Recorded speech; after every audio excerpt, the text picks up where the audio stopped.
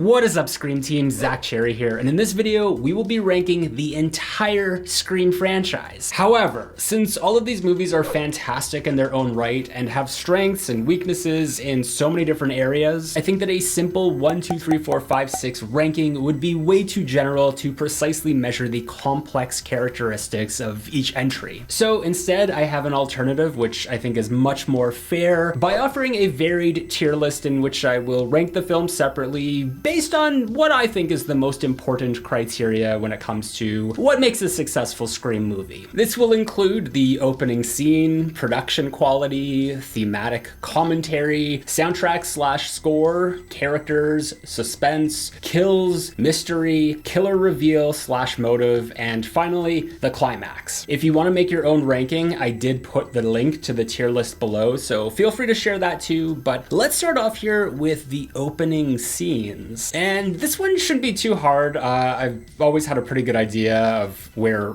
I would put the opening scenes, especially with the new movie now. And I think that obviously the original is going to go in first. There's no contest really. This is the best opening scene of a horror movie in general. Ever. Not even just this franchise. You know, it's weird to say that the franchise peaked within its first 13 minutes, but that really is some of the best cinema in history. So right after that, I would say Scream 2 is the next opening scene. And this was like Kevin Williamson homaging the horror genre, because you got Scream 1, that's based on the opening scene of When a Stranger Calls. Scream 2 is He Knows You're Alone. Same idea of the opening scene of a movie theater kill like this. There's also something very specific about the openings for 1 and 2, and that's that they are centered around the character, the victim, because, you know, we start and finish the scene with Drew Barrymore in the first one, Jada Pinkett in the second one, and Ghostface, you know, obviously comes in, they do the damage, and then they slip out of there, but we're still lingering with the victim. We still see the after effects. There's like a scream that caps off the scene, and I feel that every opening scene from the next movie onward ends with the killer slashing the knife down into the title card, and I couldn't think of anything more basic than that because it just really takes the piss out of the scene. So I'd actually say that Scream 3's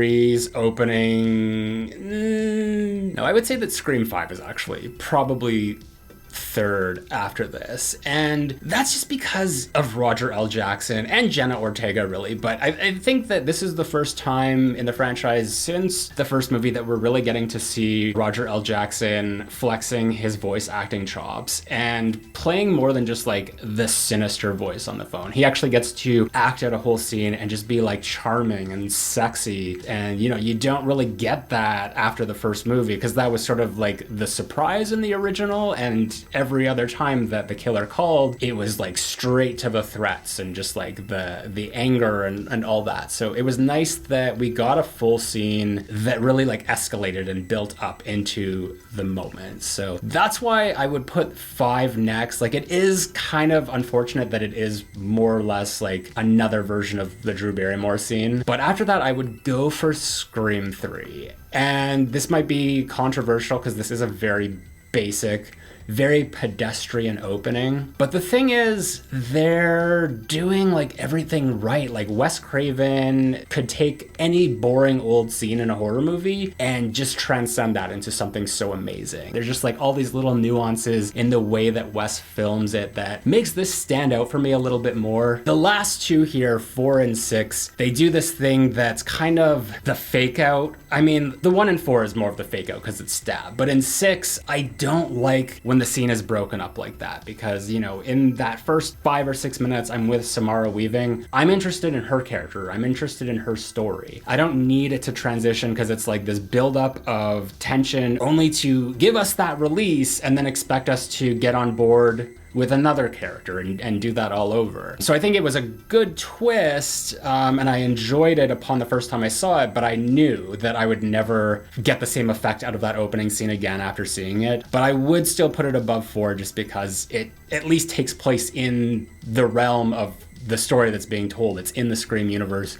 Whereas the Scream 4 opening, and it's even broken up into 3 parts. Like, I don't like that. And I also feel that every part gets worse and worse as it goes through. Like, the best one, in my opinion, is the Sinead Grimes, Lucy Hale, and then the Kristen Bell and Anna Paquin bit, and then finally the Jenny and Marnie stuff. Like, I think that was the worst. So that's the opening scene. Let's move on to production quality. And this is essentially going to be direction, editing, cinematography. This one might be a little bit trickier to go over, and again, we're just looking at the film quality, and I actually think that Scream 3 is probably the best one here because, first of all, we've got Wes Craven. This is the cap off of the trilogy. This is probably, I can't remember what the budget was for Scream 4, but I know that within the first 3 movies, this film had the biggest budget. There was a lot that went into it creatively to make it look the best. I think it was the most consistent, just in terms of like masks and everything, of just like Ghostface looking like Ghostface. Like, this was an expensive film to make, and Wes Craven made the best use of it very efficiently. So Scream 3 actually comes in first in one of these. And after that, I would say Scream 2. Very similar, just in like aesthetically, to both of the movies. Like, the editing, I think is probably sharpest in 3, but it was also done really well in 2. The cinematography is very consistent in the first 3 movies for sure. But in terms of Wes Craven's direction, like, I think that he got better at doing the Scream movies with each one that he made of the trilogy. So I would say that the first is actually in third.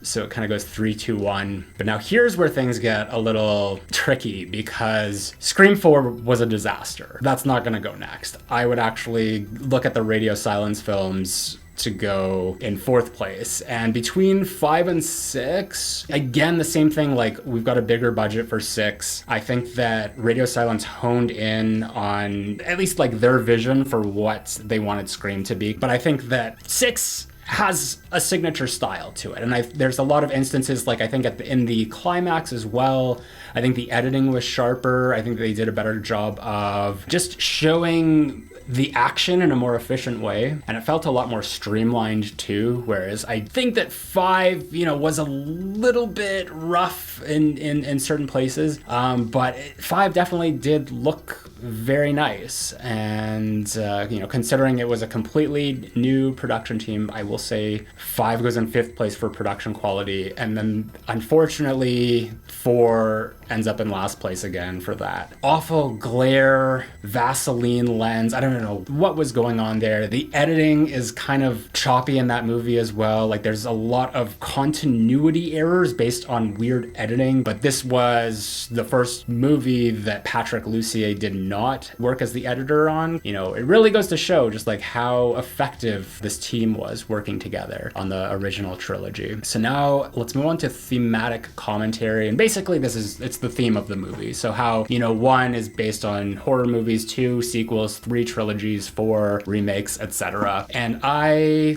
think that, this is a no-brainer. The first movie has this strongest, the smartest commentary. It's the one that started it all. There's also no stab. Like, stab didn't exist yet, so it didn't have to rely on exploring these themes through itself, if that makes sense. It's like Scream was a movie that existed in our universe. Like, Freddy, Jason, Michael Myers, like, that's our reality amongst all these franchises in the horror genre. So that's what made it so clever and smart. And then after that, obviously with 2, they started to introduce stab, and then it just kind of really became about itself. So from that point on, it really becomes a question of which one of the sequels really captured their idea and like justified its existence the best. And I actually think that 4, believe it or not, is probably the strongest, just in terms of theme or commentary after the original, because it had that meta commentary. It was referencing itself a lot, but it was also working on a very subtextual level of just like certain decisions that were made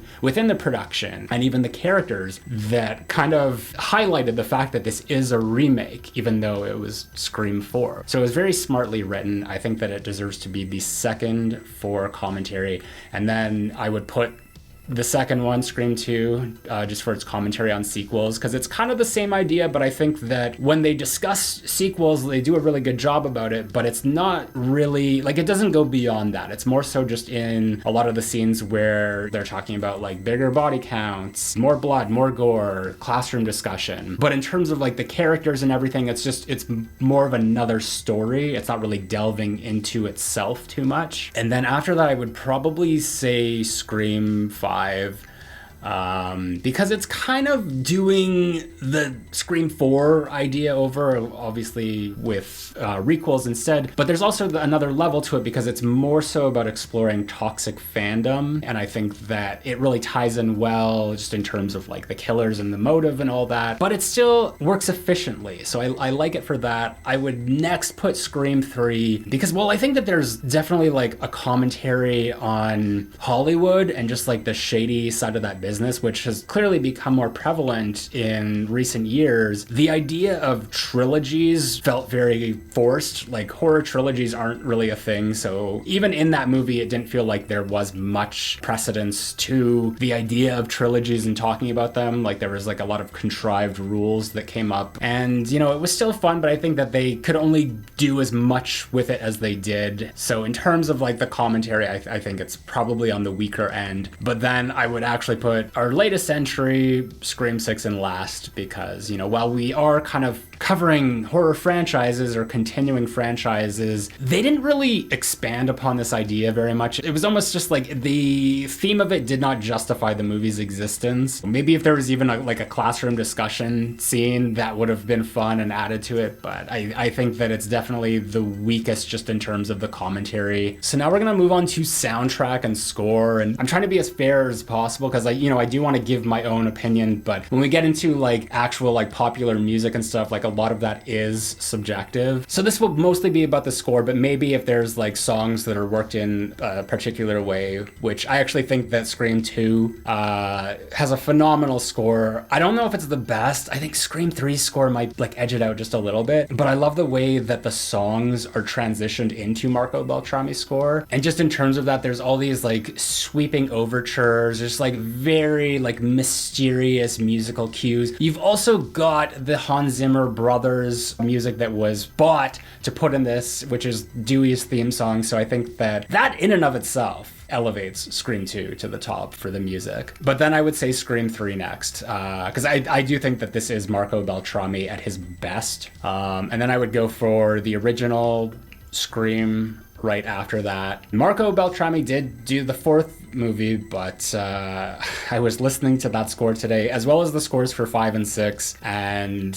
Brian Tyler did the Radio Silence scores. I actually say that the fifth movie comes right after that, and like the music is just really good. Like, it's not Marco Beltrami, and you know, clearly it's not as consistent with what Beltrami brought to it, but I like everything that he's doing here, and there's so much variety in it as well. I love the New Horizons theme, which is I guess is like the Sam Terra musical theme, so that was all worked into the score really well. And I listened to 6 for the first time outside of seeing it in the movie, because while watching it in the movie, I don't think I even noticed the score, and I don't know if that's a good thing or a bad thing, but upon listening to it on its own, I found it to be very repetitive. I also found that, you know, a lot of the things that I really loved in his score for the fifth movie were really like marginalized to almost nothing, like the Sam and Tara theme. There are some moments where, you know, I really do like it. There's sort of this like Danny Elfman, Tim Burton Batman movie thing that he's got going on at certain points, and I did kind of like the music during Gale's big scene as well, but it was mostly just very unmemorable. Like I don't want to say that it was phoned in at all, but it didn't feel like it had the care put into it that his previous score did. But then I would put Marco Beltrami's score for 4, and I don't know what it is. Like, it's almost like it sounds very Disney, or even like Real Housewives. I've heard that before, just like that doop doop doop doop like music. There's also just instances where the music isn't like lining up well with the action that's on the scene and like the kills that are taking place. Like it's really silly. It feels very like tonally off with everything that's going on. Like it's almost more like comedic. So not looking very good for Scream 4 right now. We're in last place for 3 of 4 categories. Let's see if we can throw it a bone here. I don't know if we will. For characters, this is gonna be hard because characters, you know, I wanna focus particularly on like the main character and how well their arc is realized within each movie or whatever their through line is through the series of movies that they appear in. But I also wanna give attention to the supporting characters and just how well an ensemble works, because I do think that the first movie, even though there isn't really like any big story arc for anyone, like other than, you know, Sydney, but even then it's just sort of typical ingenue in a horror movie. I really think that just like the entire cast gels really well. Like I know every single person in this movie, I love every single person in this movie, and they all just like work so well off of each other. So I think that the first movie has the best characters. But then I would probably say Scream 2, and this is mostly because of Gale Weathers. I think that this is Gale's best outing of the entire franchise. I think she gets the best character work here. I also like Sydney's arc in Scream 2 to a certain extent. I don't think that it's as good as, you know, what we see come in Scream 3. There are a lot of repeating beats with her, but I still love the journey that she goes on and kind of where she ends up at the end of the movie. But even with the supporting characters, while they're not kind of up to par with the ones in the first movie, I still love them all. Like I think that they're great. So Scream 2 in second place. I would then say Scream 3 because this is really Sydney's story. And I know that it seems very disjointed because she's kind of absent for a large portion of it, mostly in the middle section because, you know, things weren't staggered as best as they could be. But she has the most screen time out of any character. Like by the final act, that is all her. So I think that where her journey kind of like from where it started to where it ends, like Scream 3 really is her story, and it's her best outing. Also, I would be remiss to not mention the wonderful Parker Posey as Jennifer Jolie, chewing up the scenery in every scene that she's in. And even Gale and Dewey are fun as the little sidekicks. So I think that they're great. The rest of the cast, I mean, I'm not crazy about the characters in this movie, but I still think that that's enough to land it in third. After that, I would probably say Scream 5. In particular, I think Jenna Ortega and Melissa Barrera as the sisters, like that was a very difficult task to do, to like be introduced as these new characters, but I think that they delivered a very strong emotional connection that we got to see play out. And I think that the character work that they did for the legacy characters, for all 3 of them in this movie, was excellent. After the way that things left off with them in 4, this felt like a nice kind of amendment to that in a way. So, you know, I appreciated everything that we got from Sydney and Gale and Dewey, R.I.P. But some of the like side characters and the killers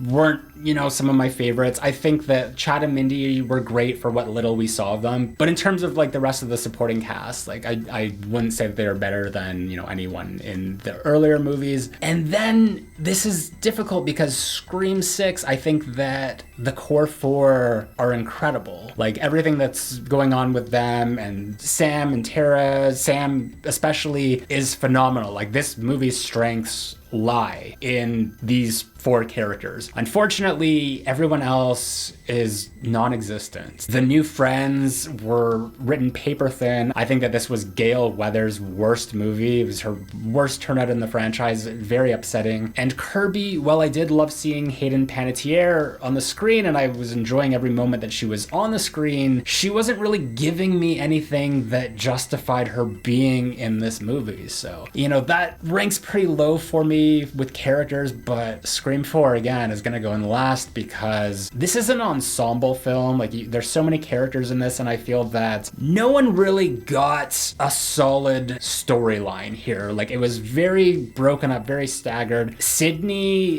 is basically sleepwalking through this movie. She doesn't really do anything. She shows up when she has to, but for most of it, she's just like kind of making tea and she doesn't want to be there. Gail, you know, at the start, she has a lot to do. She's got her own mission, but that kind of gets squashed halfway through. You know, I love Jill kind of like post-reveal, like all of the stuff with her before she's revealed as the killer is pretty mediocre, but I think that falls more under killer reveal motive, which I'll get to later. So really, like, Hayden Panettiere is kind of the MVP of this movie. She's serving up the most. She's the best part, and she's not even really in it that much. So sadly, she's not enough to save this from the bottom for me, but she does deserve that shout out. So moving on to suspense, I would say that Scream 2 is the most suspenseful. I think just for those phenomenal set pieces back to back, the Gail chasing through the sound studio and Sydney and Hallie crawling out of the cop car, like that especially, that is like the height of like the Wes Craven suspense era of Scream. Even like the opening scene at the movie theater is suspenseful. The scene with Cece in the Omega Beta Zeta house, it's really hard to top the suspense in Scream 2. Like that was the best. But you know, here's where I will say that I think that Scream 6 excels because this movie did suspense very well. There was a lot of well-crafted scenes that really relied on tension. Some of them worked better than others, but I think the effort was there. That really counts because my heart was palpitating through several of them. So I think that they definitely did a much better job than they have. So I am happy to say that Scream 6 is second place in suspense. Third, I would go with the original. A lot of that has to do with the opening scene, obviously, but there are other moments. There's obviously Tatum in the garage. Like those are pretty incredible set pieces. And while they were fewer and far between, there was also other stuff like the 30-second delay on the news van. I think even the end with Sydney hiding. Of course, a lot of this bleeds into other categories, so I don't want to be too pedantic about it, but I would say that Scream 1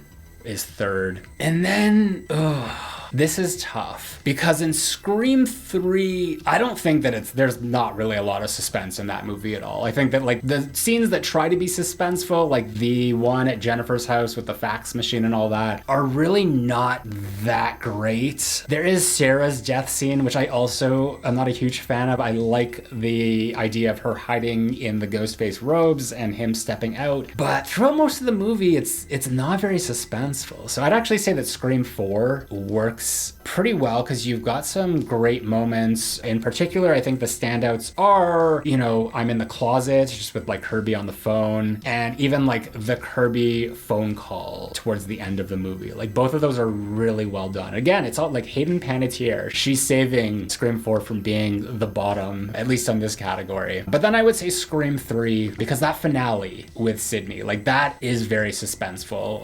That's probably like the only time in this franchise I've ever actually felt scared for Sydney, just going up against Roman, because he was a formidable physical threat to her. I think like all the other killers were a lot easier for her to overcome, but the suspense of that scene was a lot. And then unfortunately, I'm gonna say that 5 is the least suspenseful of the franchise. I think the only scene that was really suspenseful was kind of like the Wes bit where he was opening up the cupboard doors, and that was probably my favorite part of the movie if it's any consolation, but not a lot of suspense in Scream 5. And now we're gonna go for kills, and this is gonna be one where people might get mad at me, but I'm basing this more off of the kill ranking that I did before because I kind of looked into it and just like where were movies falling. Some movies have less kills, so it was more just about the quality of them than the quantity. But I think that Scream 2 is probably, you know, has the best kills. I think that they upped the ante, but there was enough variety going on there too. There's the knife through the bathroom stall, the pole through the head, Cece getting thrown off the top of the sorority house, even Jada Pinkett's death at the beginning. Like it was so brutal, just the whole way that was shot and acted. So I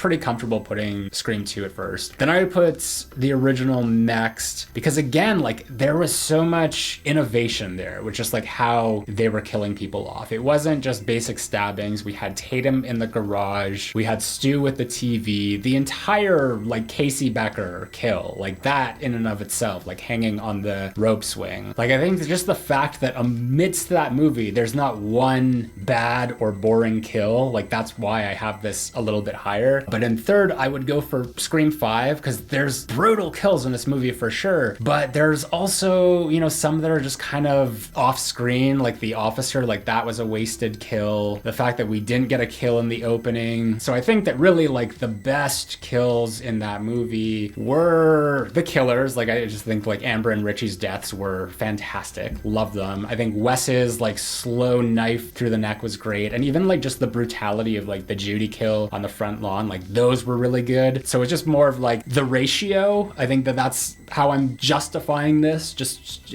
so you understand how I'm ranking them. And then this might surprise some people, but I'm actually gonna put Scream 4 next. I think this movie has like ridiculous cartoonish kills. Like they don't always necessarily work, but there are definite standouts. There's Olivia, even the knife in the head with Perkins, but you know, like the blood is weird in this movie. Like it has that dark purple hue to it. And then just, I even think that like the effectiveness of some of them weren't as well presented as they could have been, like the Kate in the door. But this next one, Scream 6, this is gonna go in fifth. And the reason for that is like, yes, there's a lot of intensity to these kills. Like they're brutal, but half of these people are non-characters. Some of them occur off screen, and when they all happen, they're all like the same thing. It's just like the gut, like quick succession. There's not really a lot of innovation. There's no instance of the killer really like using their surroundings, using the city as a weapon. Really like the best and like only one that like really stands out to me is the latter death scene. And you know, I think that that is more so elevated by Suspense. And then, you know, this is pretty well deserved, but Scream 3 in last place. Like this movie was obviously heavily censored because of violence in cinema and everything that happened with Columbine. So it just left a lot of very tame stabbings. There wasn't a whole lot shown. Pretty standard, boring. But now we have mystery, which is a very important element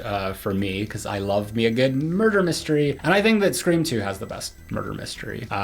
You would think looking at all this like Scream 2 is my favorite, but I wouldn't say it is. But the mystery in this one especially I think is very well done. After that I would say Scream 3 because it's very unique in the way that it ties back to Maureen Prescott in the past and we're getting these photos left at the crime scene. Like I really loved all that. Scream 2 feels like a classic giallo to me. I love Italian horror, so just because it feels so similar to that, that's why I have Scream 2 in first. But I would say that the original is in third, and then after that probably Scream 4. And I say that mostly because it felt like, other than like Gail and her like own little investigation, there wasn't really a lot of forward momentum within the plot or any of the other characters in trying to find the killers. It was more so just like biding our time, and that is kind of the case for a lot of the movies, but I especially felt it in this one. And then unfortunately the radio silence era, I just don't think that they're good at murder mystery at all. So I would say that 5 would go next. You know, I think that the movie wasn't really doing the best that it could in order to uncover the killers, because we had that big scene of like Mindy and just like in the room. And I hate when, you know, you have a group of people and you're talking to potential suspects that you're not sure if they're the killer and openly accusing them of being the killer. Like that does not seem realistic or effective. I like it better when you have the one-on-ones like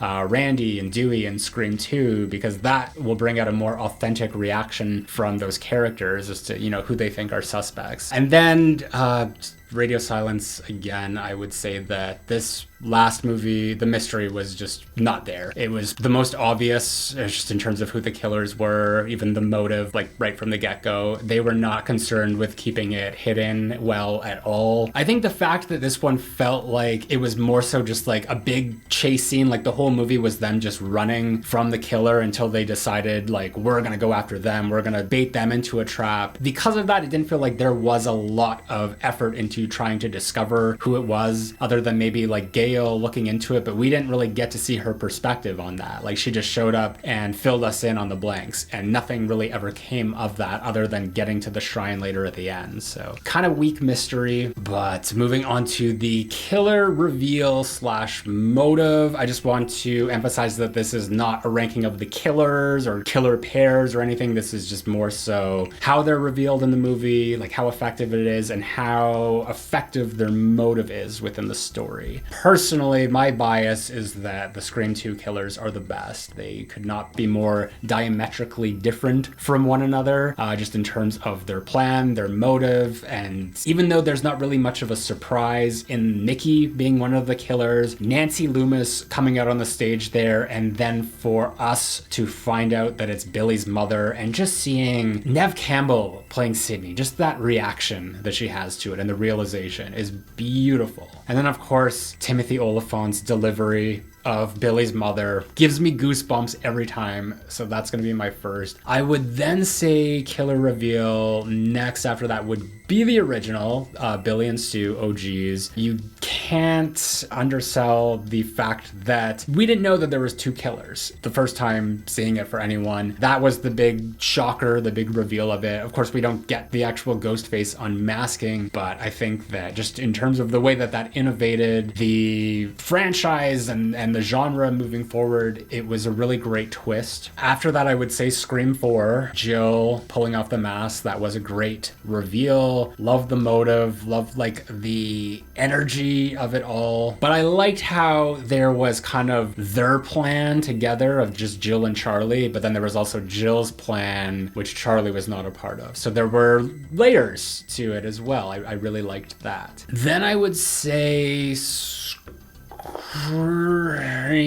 3, and I, hesitate on that a little bit because, Roman was not a very well set up killer throughout the movie. I've said this before, like the killer could have been anyone in that movie and it would have still like had the same effect of just like Sydney coming in and just being like, who is this person? And I don't think that that necessarily hurts it altogether, because I think that, finding out the connection to it, that certainly has improved for me over the years. It's also the one motive that is probably the most personal to Sydney as well, so that does hold a lot of relevance. But then again, just with the Radio Silence era, because I think that like mystery and killer reveals and motives are not their strong suit, I would say that 5 is next. I know a lot of people love the Amber reveal, and quite frankly, I wasn't crazy about it. I think just the fact that we didn't really get a lot from them on a personal level. Like, I know that their plan was more so about the movies, but it left me wanting more. Like, I needed to know more about them. Like, there should have been more to that scene of them in the kitchen, and we just didn't get it. And then finally, Scream 6. This is the only motive that's repetitive at this point. Like, all these other motives are original. This is the only other one that's just like, we're doing revenge again. We're doing the family of the last killer and go. And it's different because there's 3 of them. But like I said, the fact that it wasn't a surprise, I think that early on in the movie, when Quinn said that her brother died and her father moved to the city to be with her, I knew that they were the killers. When she died off screen like that, it was pretty obvious to me that it was a fake death. Roman did the same thing in 3, so I was prepared. And then finally, the climax, the finale,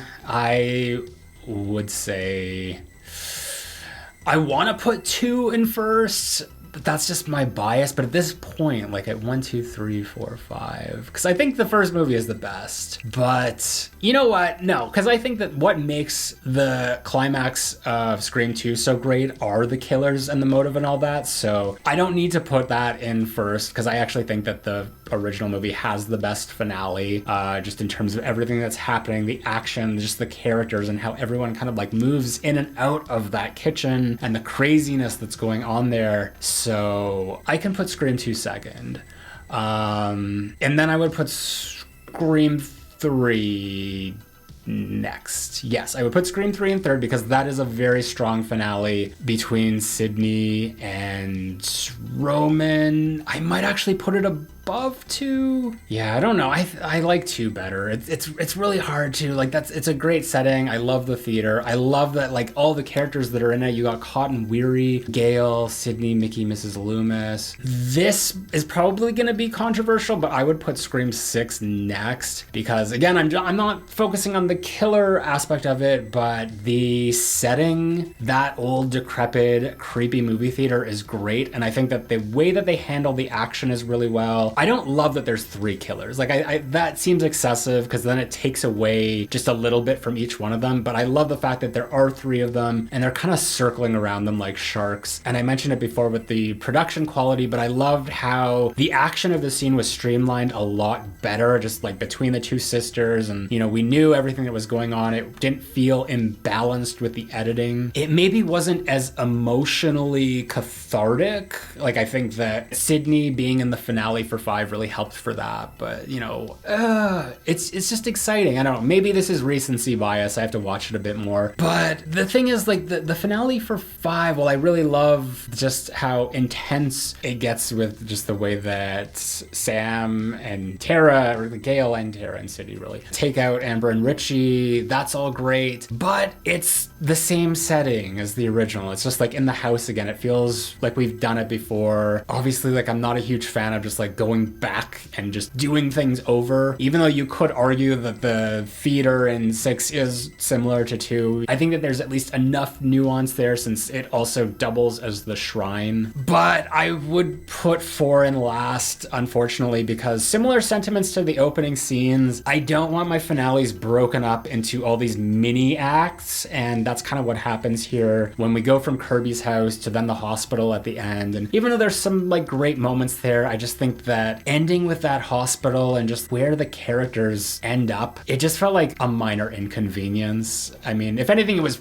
funny, just like everything with Jill, but just in terms of like a big actiony finale set piece, it didn't satisfy my needs just because it was broken up that way. So just to get a clearer shot of my list, this is where all the films rank. So make of that what you will. I could not tell you what my like ranking is of everything. Like I'd probably say 1, 2, 3, but I have no idea where 4, 5, and 6 go. As you can see, it's too difficult to rank these movies. Like this is such a great franchise, and every single one of these movies has great strengths and they have some weaknesses too, but they're all in like different areas. So yeah, there you have it. I want to thank a few of my Patreon supporters like Megan Olson, Iggy Zanetta, and Michael Howell. If you want to see even more Scream related content, you can check out one of these playlists right over here. Until next time, I've been Zach Cherry, and I'll be right back.